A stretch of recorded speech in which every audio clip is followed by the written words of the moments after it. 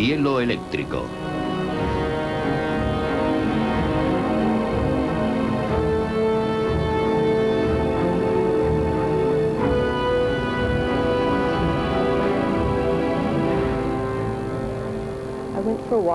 Salí a pasear una tarde de agosto. El cielo estaba azul, solo se veía un nubarrón a lo lejos. Iba con mis perros y sonó como un trueno. Así que llamé a los perros porque les asusta ese sonido. Les dije, tranquilos, no os pasará nada mientras estéis conmigo, y no recuerdo nada más. Desperté en medio de un charco de sangre. No sabía qué me había pasado. Pensé que me habían pegado un tiro en la espalda.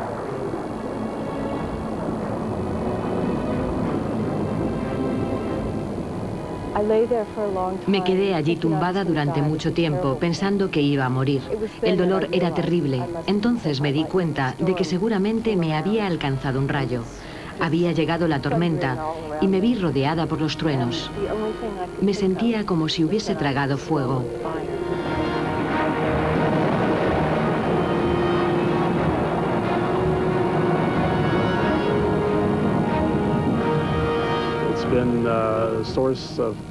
Se ha considerado como uno de los poderes de los dioses de todas las religiones primitivas y de algunas de las modernas. Se ha reflejado en el arte. Es algo que la gente siempre ha contemplado y temido. Cada rayo es diferente, un espectáculo fascinante. No hay dos iguales. Es algo maravilloso. Los rayos matan a más de 1000 personas cada año. Cada uno dura tan solo una breve fracción de segundo. Puede alcanzar una longitud de hasta 50 kilómetros y su anchura no llega a los 3 centímetros. Su temperatura es superior a la de la superficie del Sol. En las proximidades del rayo, el aire se calienta de forma tan violenta que explota. Puede oírse su onda de choque a 25 kilómetros de distancia en forma de trueno. El símbolo más común en meteorología es la descarga de un rayo. En realidad es un acontecimiento dramático. Representa también uno de los problemas más antiguos que sigue sin resolver la física clásica. Aún no sabemos qué produce el rayo. Sigue siendo un misterio meteorológico.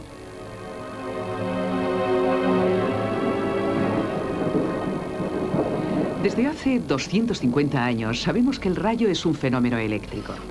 Pero a pesar de siglos de investigación, los científicos siguen esforzándose por comprender exactamente cómo se generan esas tremendas fuerzas eléctricas en una nube, cómo se inician o por qué siguen una determinada trayectoria en el aire y no otra. Tan solo recientemente hemos empezado a tratar la complejidad del fenómeno de las tormentas y de los rayos y a vislumbrar el alcance de los efectos de estos en todo el planeta.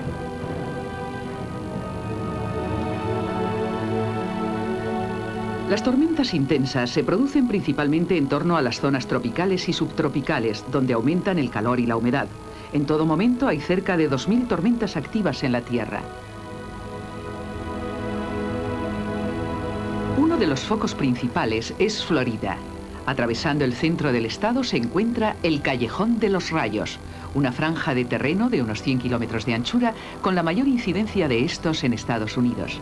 Los habitantes de la zona cuentan con la presencia de rayos en más de 90 días al año.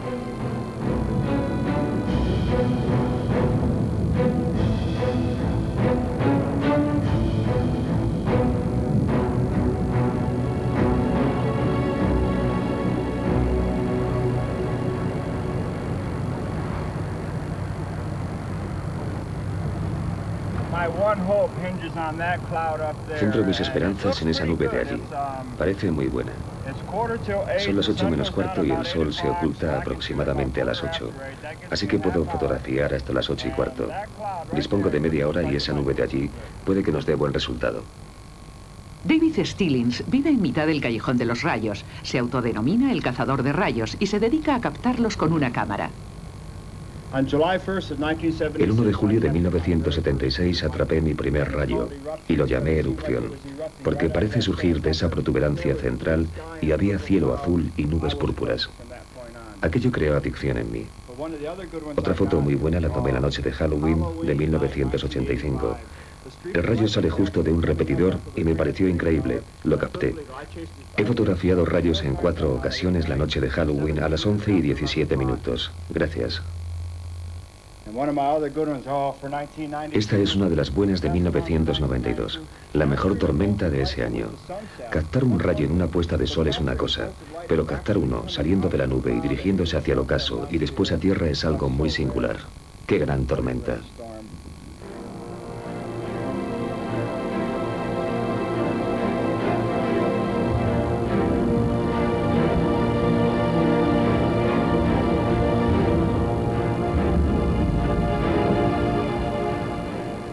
Nadie puede predecir dónde y cuándo se formará una tormenta, pero comienza con la formación de una nube común y corriente.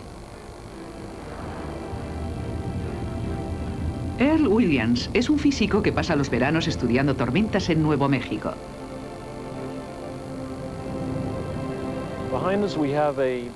Ahí detrás tenemos una tormenta madura. Su grado de electrificación es débil ahora, pero ha pasado por su fase de madurez. Esa nube se formó muy al principio con vapor de agua, que es el pábulo de la tormenta. Este se acumula por evaporación del agua de las plantas, de los ríos y lagos y de la superficie de la tierra. El vapor de agua se eleva entonces con las corrientes térmicas y se condensa en la atmósfera. La condensación es la primera etapa de la formación de una nube. Todas las nubes se inician así. El aire caliente y húmedo asciende y se condensa formando diminutas gotas de agua. Si aumenta lo suficiente el tamaño de estas gotas, el aire ascendente no puede soportar su peso y cae la lluvia. En la formación de una nube de tormenta intervienen elementos más potentes. Si la corriente ascendente es muy fuerte, superará a la altura a la que se condensa el agua y continuará su camino. Y el aire, cuanto más sube, más se enfría. Cuando se produce la condensación y aumenta el movimiento vertical, se empiezan a formar partículas de hielo. La nube alcanza una altura en la que la temperatura es inferior a 0 grados centígrados y se forman partículas de granizo. Pequeños cristales de hielo que empiezan a acumularse como gotas de agua, convirtiéndose en bolitas de hielo de aproximadamente 1 centímetro de diámetro. Cuando esas bolitas empiezan a acumularse, chocan contra otros cristales de hielo y creemos que ese es el mecanismo que produce la separación de cargas. La separación de cargas eléctricas es lo que origina los rayos. A 8 kilómetros de altura, en el interior de la nube, empiezan a formarse partículas de hielo en la columna de aire ascendente, que pueden llegar a convertirse en piedras de granizo del tamaño de un puño, que permanecen suspendidas en la corriente vertical de aire. A su vez, se forman también cristales de hielo más pequeños y ligeros, que al ser arrastrados hacia arriba, pasan rozando las grandes acumulaciones. Este roce produce una carga eléctrica negativa en los fragmentos grandes, positiva en las partículas pequeñas.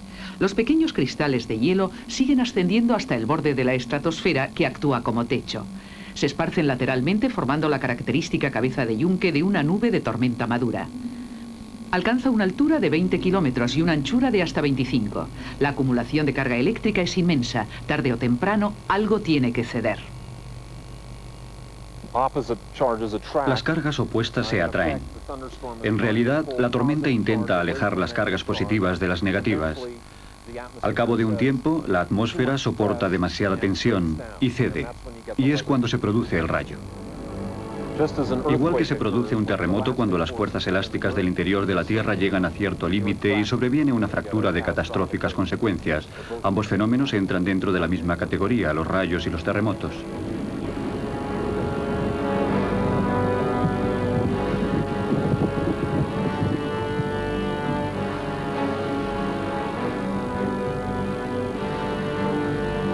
La mayoría de los rayos tienen lugar dentro de la nube, sin llegar a tocar el suelo. Iluminan la nube desde el interior, ocasionando lo que se denomina relámpago difuso o fucilazo. Pero en ocasiones abandona el seno de la nube. Todos los años se producen en los Estados Unidos unos 40 millones de descargas en tierra. Unas 400 alcanzan a seres humanos. Más de la mitad de ellas son mortales. Cuando te alcanza un rayo, se te forma una especie de dibujo arborescente en el pecho y los brazos, como si te hubiesen implantado un helecho. El primer médico al que acudí se percató de ello y así supo con certeza que me había caído un rayo. Pasé la noche en el hospital y después me enviaron a casa. De repente tuve la terrible sensación de que iba a morir, de que no volvería a ver la luz del día. Suponían que se habría producido una lesión cerebral, que mi sistema neurovegetativo habría quedado destrozado y mi capacidad de mantener la presión sanguínea y el latido del corazón habría simplemente desaparecido. Estando allí tumbada, pensé cómo podía haberme ocurrido eso a mí, un ser tan pequeño ante la inmensidad del cielo.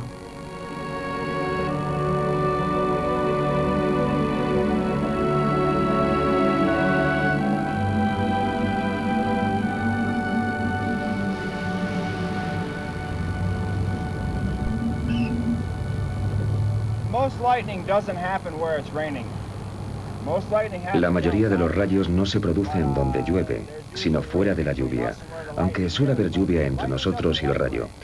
Pero a los rayos no les gusta la lluvia, porque esta descarga toda la energía del sistema con gran rapidez.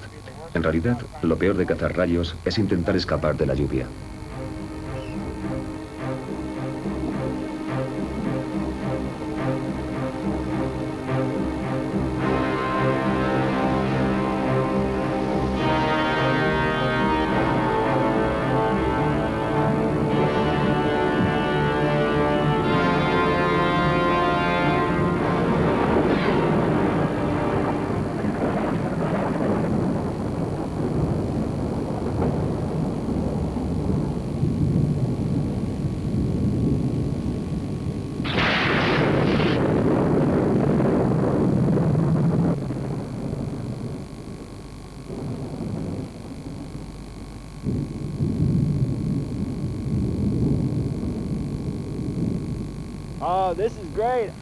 Esto es fantástico, en serio.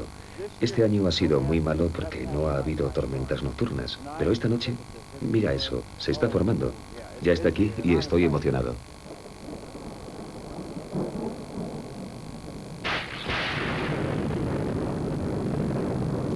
Captar la imagen de un rayo no es tarea fácil. Aparecen al azar en el interior o en los alrededores de una extensa nube que puede formarse en cualquier momento y en cualquier lugar. Ese es un problema también para los científicos. Esto es Monte Baldy, en Nuevo México. Es el segundo foco de incidencia de rayos de Estados Unidos, con 50 días al año. Situado en la cima, a 3.400 metros de altura, se encuentra el laboratorio Langmuir. Los científicos se congregan aquí todos los veranos porque saben que se formarán tormentas. Es un capricho de la geografía. Cuando el cálido y húmedo viento estival choca contra las montañas, se ve obligado a ascender.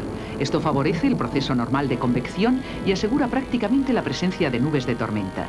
Durante los 2 meses de la temporada de rayos, las tormentas se forman con frecuencia directamente encima del laboratorio. Pero incluso el estar situados debajo de la tormenta no garantiza la aparición de rayos cercanos para su estudio. Las nubes de tormenta son extensas, hasta 25 kilómetros de anchura, y los rayos pueden caer a decenas de kilómetros de distancia. Por tanto, los investigadores intentan atraerlos hacia donde ellos quieren. Disparan cohetes conectados a un cable al interior de la nube de tormenta para canalizar los rayos hacia el suelo. La idea consiste en utilizar un simple motor de cohete alojado en esta cápsula. Tenemos un conductor que se extiende desde la punta del cohete hasta la base. Y conforme el cohete asciende, tira de un fino cable de acero revestido de cobre conectado a un soporte donde se realizan las mediciones. El interruptor de la mecha eléctrica que dispara el cohete se activa al soplar en él. Así disponemos de un sistema aislado que nos permite lanzar los cohetes desde la caseta sin correr peligro.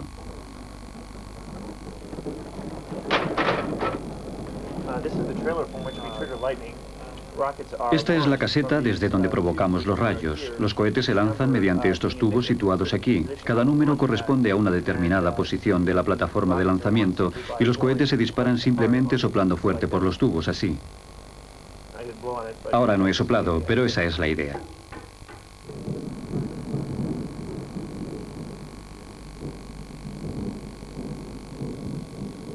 KQP 492, this is the Cupola Tower to West Null. Would you please keep us apprised on any launch preparations? Start to drive west-southwest. Un medidor de campo eléctrico muestra el aumento de la carga en la montaña, conforme los intensos campos eléctricos de las nubes de tormenta inducen una carga opuesta en el suelo que hay bajo las mismas. Cada vez que se produce un rayo, se elimina parte de la carga de la nube y los campos eléctricos pierden intensidad bruscamente. Para provocar una descarga, deben calcular perfectamente el lanzamiento. El objetivo consiste en disparar el cohete cuando un rayo natural sea inminente y los campos eléctricos estén al máximo.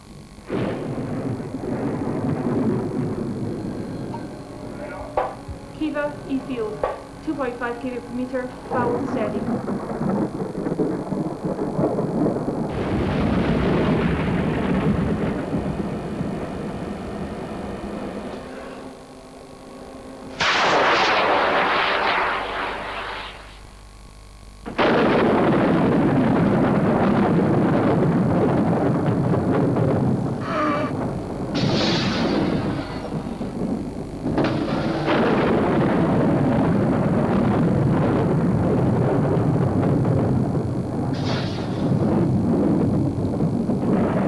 Las cámaras del laboratorio filman todos los lanzamientos con resultado positivo.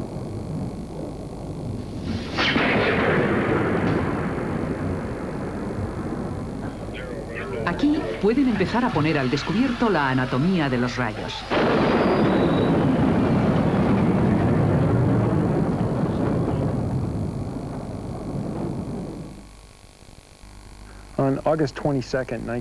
El 22 de agosto de 1957 fui alcanzado por un rayo en la cima del pico de Pike, que es la montaña que se ve allí a lo lejos.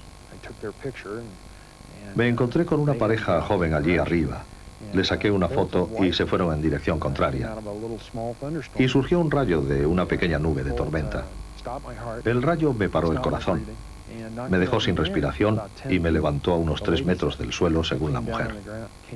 Después caí de cabeza y sufrí una conmoción cerebral. El rayo me salió por los pies y partió las suelas de mis zapatos. Su marido me hizo la respiración artificial y me salvó la vida.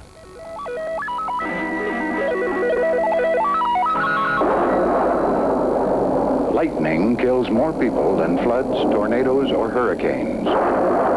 Attractive targets are metal equipment, people in the water, on the water, or in open areas. If thunderstorms threaten, take cover. Es la primera y más evidente de las reglas para evitar un rayo, pero incluso bajo techo no se está totalmente a salvo. En los Estados Unidos mueren unas 3 personas cada año mientras hablan por teléfono. Esto es el auricular de un teléfono. Se puede ver aquí la descarga eléctrica. La chispa llegó a través del teléfono, salió por el auricular y entró por el oído de la persona que estaba hablando y la mató. Tocar los grifos no es muy buena idea porque las cañerías van también al exterior.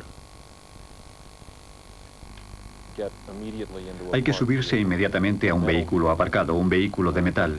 Es probablemente el sitio más seguro en medio de una tormenta. Cuando se está en el exterior, no conviene ser lo más prominente de los alrededores. Ni montar en barca en un lago, ni ponerse cerca de objetos altos como un árbol, porque los árboles atraen a los rayos y estos pueden saltarte a ti. Otro riesgo que se corre estando debajo de un árbol es la fragmentación del mismo. El rayo recorre la savia del árbol, vaporizándola al instante. La corteza puede estallar y salir disparada a velocidades mortales.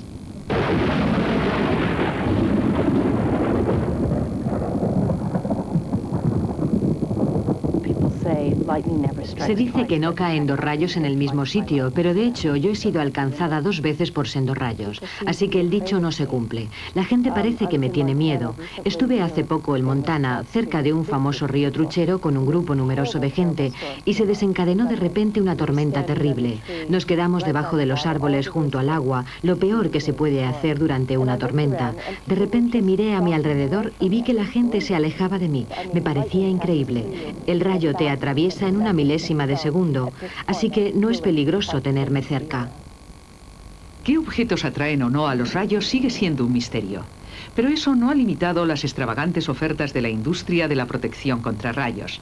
Así que, colocados en una colina cercana a los laboratorios Langmuir, se encuentran 17 diseños diferentes de pararrayos.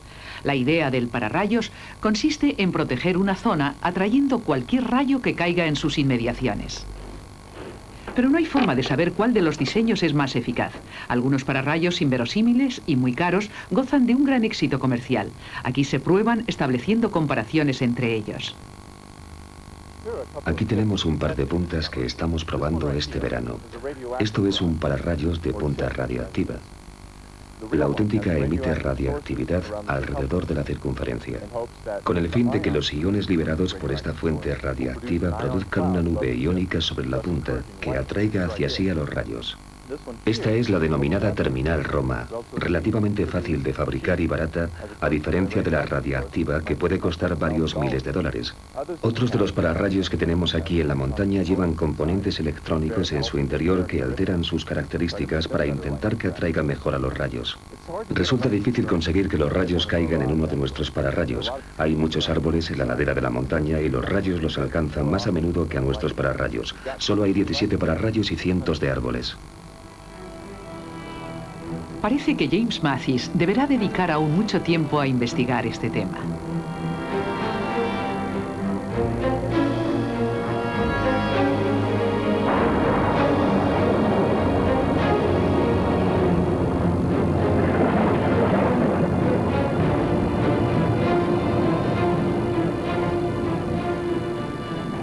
De momento, ni siquiera sabemos qué determina la quebrada trayectoria del rayo o por qué cae en un sitio en vez de en otro. Lo único que sabemos es que dicha trayectoria va marcada por un chorro de electricidad que surge de una región cargada en la parte superior del interior de la nube.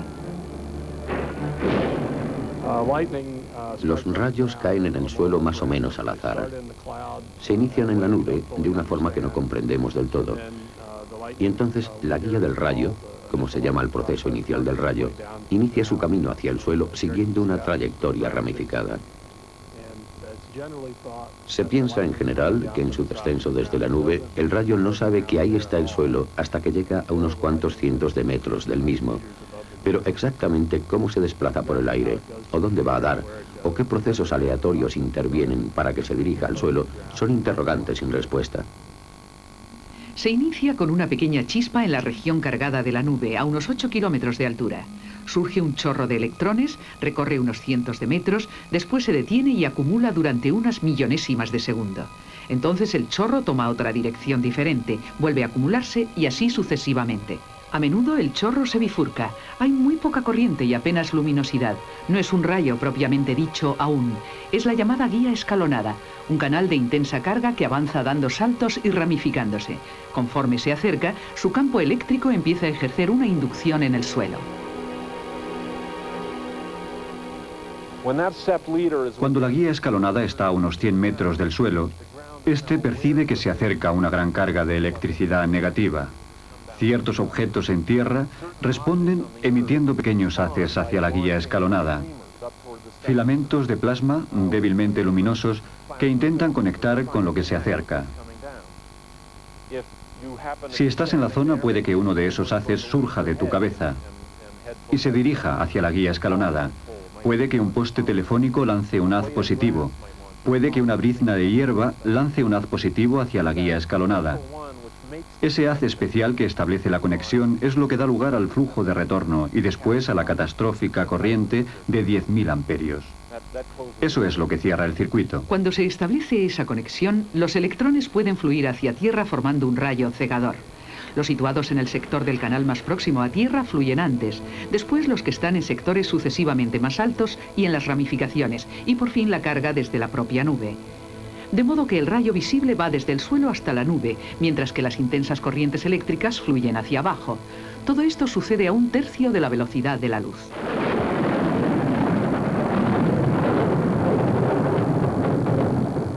Los haces positivos solo existen durante una minúscula fracción de segundo y apenas hay fotografías de ellos. Aquí, 2 haces partieron de la copa del árbol y uno de ellos conectó con la guía escalonada. Por tanto, el rayo alcanzó el árbol.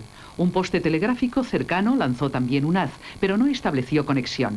Un rayo fallido.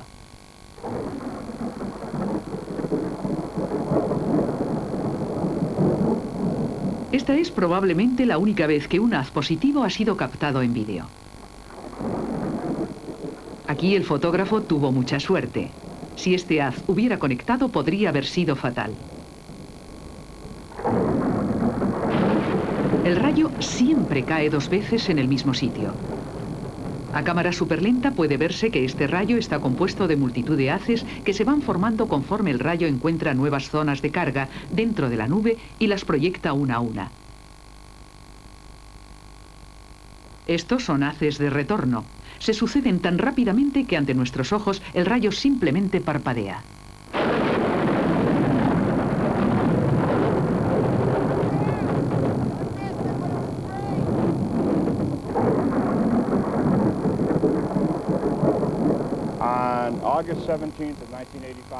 El 17 de agosto de 1985 estaba fotografiando una tormenta en el lago Catherine, cerca de mi casa, y cayó un rayo a 1 metro de mí. Literalmente salí despedido. Caí a unos 5 metros, y cuando me levanté para recuperar el equipo, me agaché a recoger la bolsa de la cámara, y a 1 metro de ella había un agujero en el suelo que echaba humo.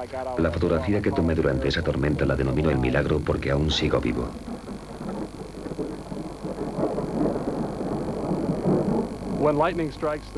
Cuando el rayo llega al suelo, no se detiene ahí. Penetra en él y si el suelo no es buen conductor, como la arena de Florida, describe trayectorias en el suelo parecidas a las que describe en el aire. Esto es un ejemplo de la trayectoria en el suelo creada por el rayo. Se denomina fulgurita.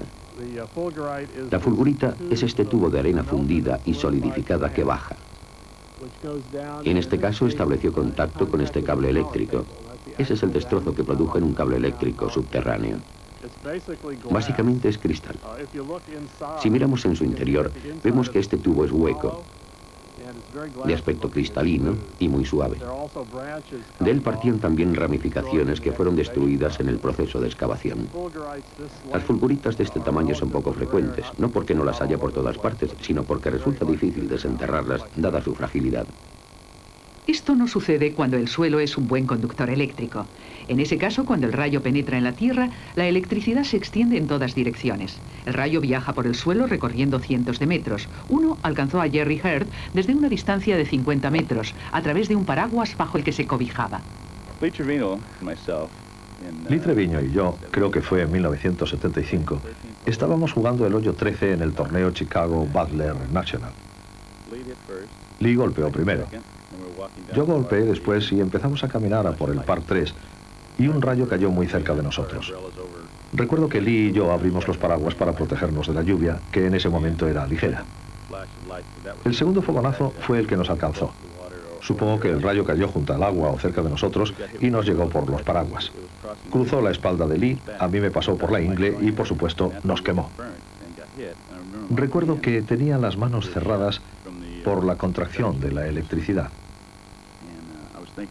Me puse a pensar y no tenía miedo de morir, pero estaba preocupado porque si no conseguía abrir las manos no podría volver a jugar al golf.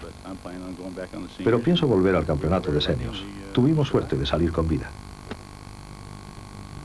Puesto que los campos de golf están al descubierto y los utiliza tanta gente, presentan un riesgo especial.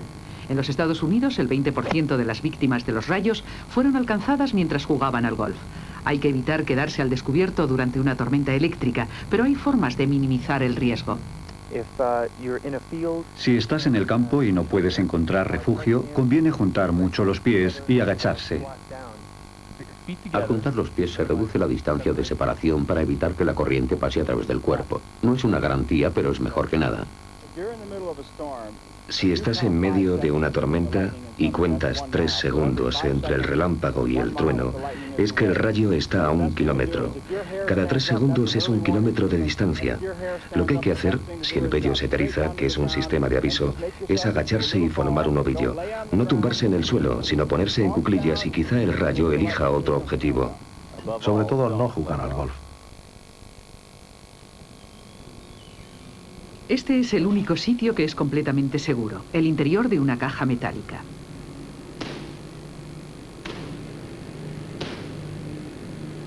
Esta jaula del Museo de Ciencias de Boston es eso en realidad, una caja de metal con muchos agujeros. Es conocida como jaula Faraday.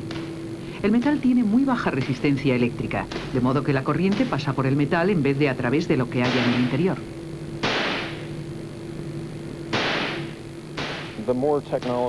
Cuanto más avanza la tecnología en algunos aspectos, surgen mayores peligros.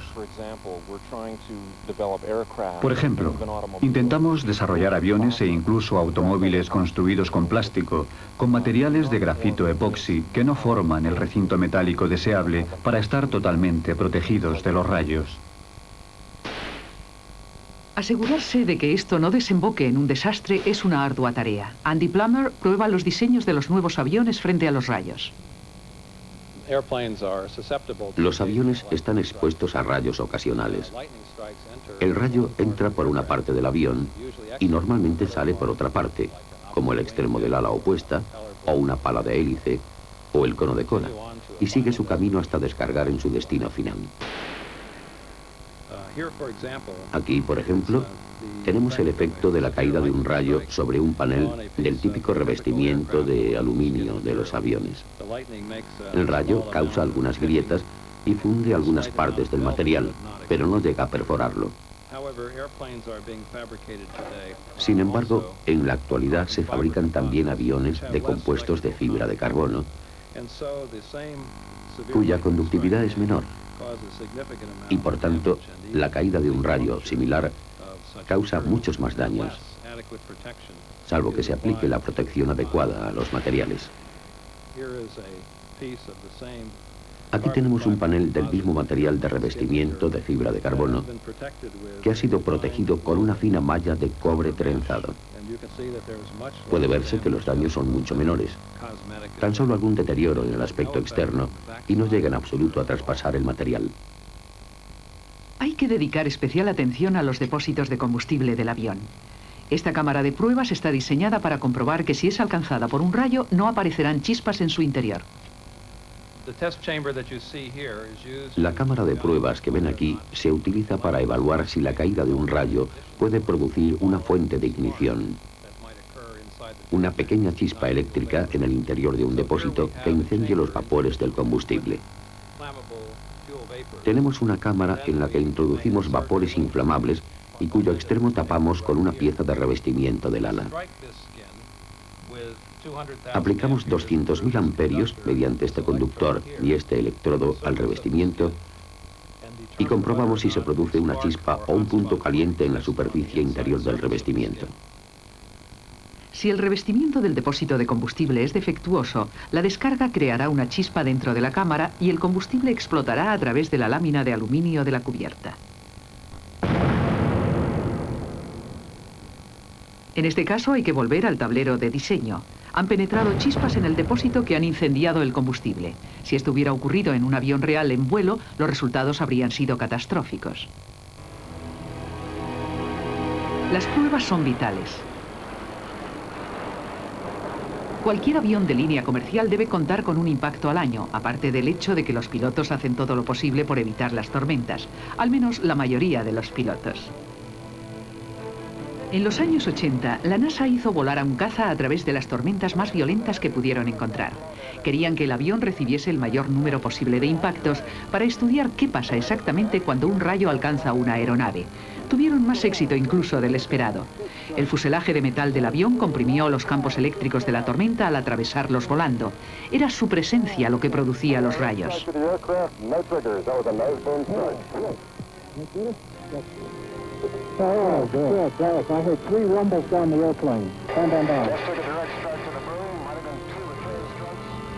Estamos aprendiendo a proteger nuestro mundo de los rayos. Pero en este proceso estamos también descubriendo que quizá resulten imprescindibles. Sin esta protección tal vez no seguiríamos con vida.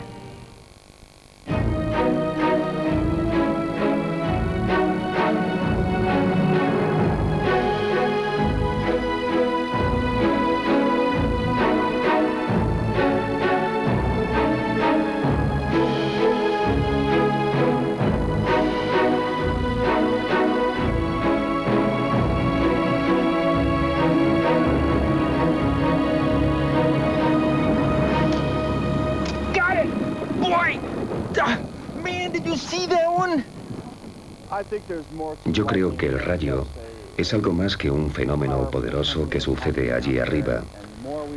Es como en mi caso, en los 20 años que llevo realizando mi trabajo, he aprendido mucho sobre los rayos. Y produce mucha intriga, mucho miedo, mucho respeto. Y se despiertan muchos sentimientos en la gente cuando se ven rodeados por una tormenta eléctrica. Yo creo que sí, que va mucho más allá de la simple ciencia. Siempre han surgido mitos y leyendas en torno a los rayos. Durante siglos la gente ha visto misteriosas bolas de fuego flotando lentamente en el aire durante las tormentas. Las historias sobre rayos en bola siguen vivas en la actualidad.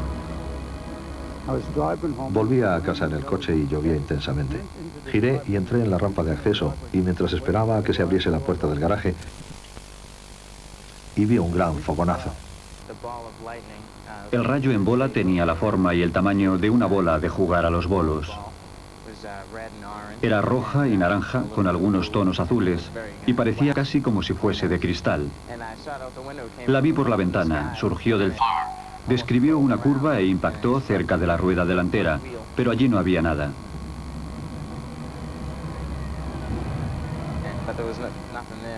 Ningún agujero y ninguna señal de que hubiese estado allí. La gente que contempla estos fenómenos no suele admitirlo, por miedo a que no los crean, tal vez con motivo. Se asegura que lo que aparece en estas fotografías son rayos en bola. Pero son difusas y poco concluyentes, similares a las de ovnis. Resulta fácil ser escéptico.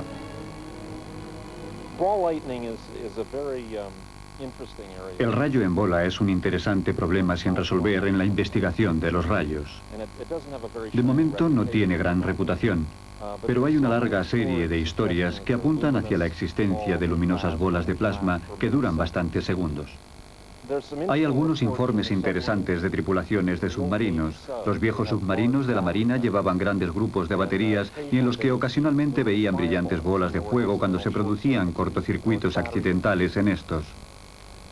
Muchos científicos piensan que debe haber algo de cierto en esas historias, pero hay un investigador que no solo cree en los rayos en bola, sino que afirma que puede producirlos.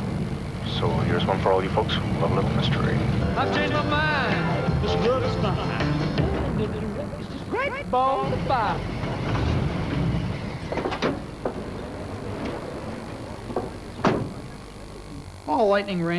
El radio de los rayos en bola varía desde un cuarto de centímetro hasta el tamaño de un balón de baloncesto. Algunos afirman haberlos visto de 1 metro, pero no sé si se trata de los mismos rayos en bola que yo estudio. Podría tratarse de un fenómeno diferente.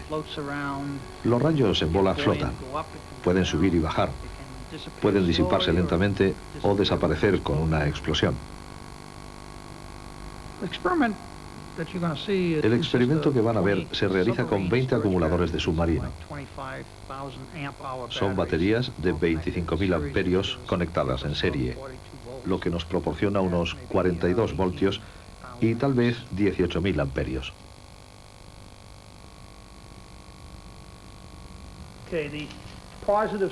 El polo positivo de la batería está conectado a este terminal y el negativo a esta placa de aquí. Y todo el grupo de baterías, toda la energía eléctrica, se libera por el arco que se crea cuando junto ambos terminales.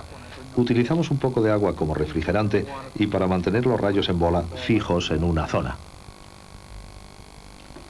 Robert Golka es la única persona en los Estados Unidos y una de las 2 únicas en todo el mundo que dice poder fabricar rayos en bola. Afirma que estas bolas de fuego del tamaño de uvas son el equivalente de laboratorio de los rayos en bola. Según su teoría, cuando un rayo impacta en un objeto, el calor producido desprende diminutos fragmentos. Estos se vaporizan parcialmente y flotan en un colchón de gas incandescente.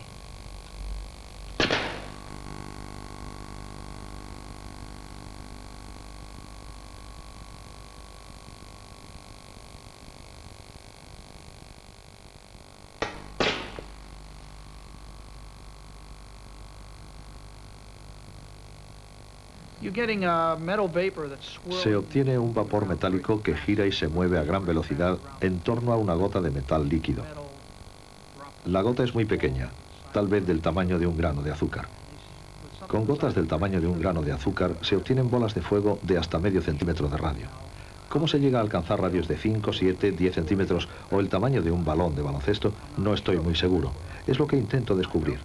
Voy a conectar 500 baterías de submarino para producir mucha corriente. Las ideas de Golka no tienen gran aceptación. Algunos científicos cuestionan incluso la propia existencia de los rayos en bola. Y aún admitiendo su existencia, no todos estarían de acuerdo en que estos son rayos en bola, o que los rayos convencionales podrían producirlos por este sistema. El jurado sigue deliberando.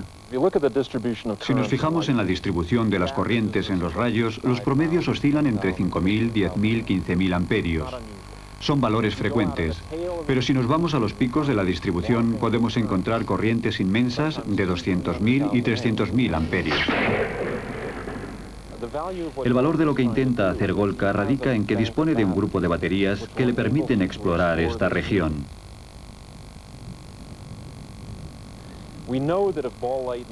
Sabemos que si los rayos en bola existen, son un fenómeno muy extraño. No sucede en todas las tormentas. Es algo que se da muy de vez en cuando. Pero yo al menos creo que algo ocurre. Algo que no comprendemos, pero que es real. Otras historias sobre acontecimientos misteriosos están más próximas a una solución. Durante décadas, los pilotos han informado de la presencia de breves destellos en el cielo por encima de las tormentas. Los informes fueron ignorados. Pero tal vez fuesen ciertos. Estas imágenes fueron tomadas hace algunos meses sobre las impresionantes tormentas eléctricas de las praderas americanas. Los científicos han bautizado a estos destellos como duendes. Son tan tenues que apenas son visibles y solo duran una fracción de segundo. Su anchura es de unos 10 kilómetros y alcanzan los 80 kilómetros por encima del techo de la tormenta. Hasta hace 2 años, ningún científico conocía su existencia. Nadie sabe aún lo que son ni cómo se forman. Su potencia y su efecto sobre la atmósfera siguen siendo grandes misterios.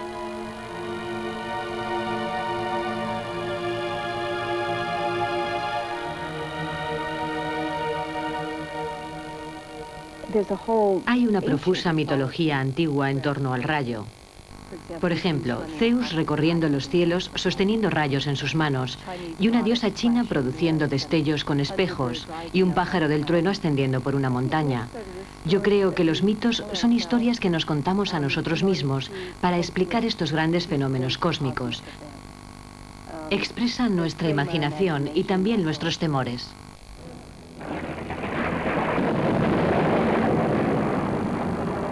Quizás eso no resulte sorprendente. Antes incluso de la presencia del ser humano, el rayo era la principal causa de fuego en la Tierra. Muchos de los ecosistemas forestales han evolucionado para aprovechar los fuegos originados por los rayos. Los árboles cuyas semillas precisan del fuego para germinar existen a causa de los rayos. Otros colonizan zonas despobladas por los incendios.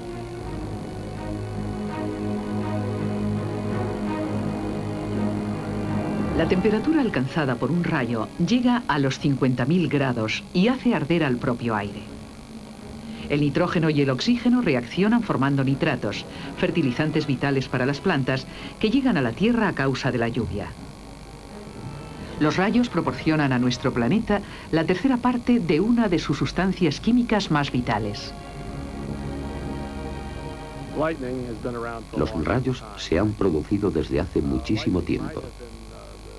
Tal vez hayan sido el origen de la vida en la Tierra. En el caldo primordial pudieron producir las sustancias químicas de las que evolucionó la vida. Muchos aspectos de la vida en la Tierra, algunos que comprendemos y la mayoría que no, están relacionados con la presencia prácticamente eterna del rayo. De hecho, en Inglaterra se han encontrado fulguritas, los tubos vitrificados que producen los rayos en la arena, con una antigüedad de 200 millones de años. Y sin duda, ya había rayos anteriormente.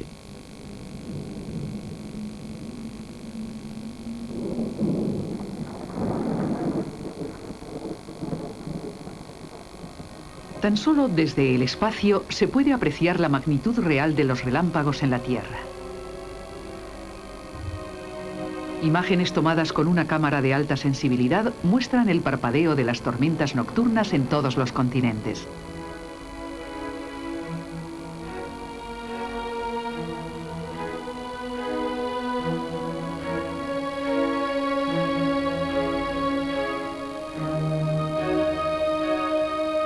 Pero esto no ocurre solo en la Tierra. Hay pruebas de la existencia de rayos en otros planetas del sistema solar.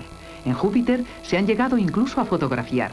Este violento destello de luz de 1.600 kilómetros de largo fue captado al pasar por una de las ondas Voyager. Tal vez haya rayos en todas partes. En la Tierra, para que se produzcan rayos, solo hace falta aire caliente y húmedo que forme nubes de tormenta, de modo que cuanto más calor, más rayos. Esto ha llevado a Earl Williams a concebir una nueva y asombrosa idea: utilizar los rayos para medir la temperatura mundial.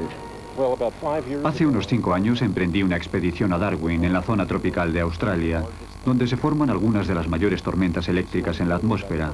Estas tormentas se producen a unos 20 kilómetros de altitud y generan rayos continuos, un rayo por segundo, y son auténticos gigantes.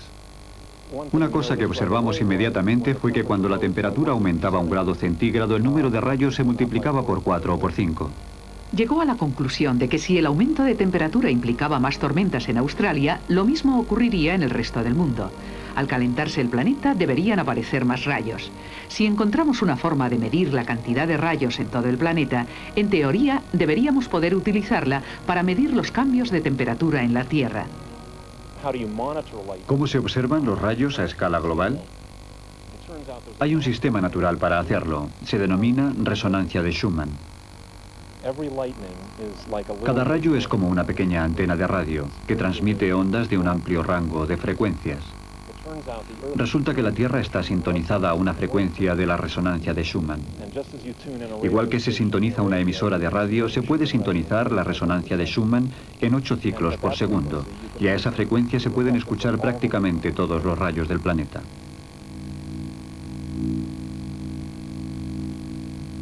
Este es el sonido de más de 100 rayos por segundo diseminados por todo el planeta. Cada uno crea una serie de ondas de radio que recorre la Tierra. Cuando la Tierra se calienta ligeramente, el volumen aumenta. Cuando la Tierra se enfría, disminuye. Pero esta técnica no puede utilizarse aún para demostrar el calentamiento global. Para ello haría falta contar con datos de la resonancia de Schumann desde al menos un siglo, y solo disponemos de los últimos 30 años. Estamos empezando a percibir lo íntimamente ligados que están los rayos con los procesos vitales de nuestro planeta. Tal vez nuestro futuro dependa de que lleguemos a comprenderlos mejor. Fui alcanzada por un rayo hace 3 años y creo que sigo aún en proceso de recuperación. Mi vida cambió por completo después de aquello. Todo lo que era, todo lo que hacía me fue arrebatado de repente. Y en cierto modo, aún encuentro fascinantes los rayos y las tormentas. Y yo no puedo dejar de salir en días de tormenta, aunque me quedo pensando cómo pudo pasarme aquello. Me encanta contemplarlas. Siempre me encantará.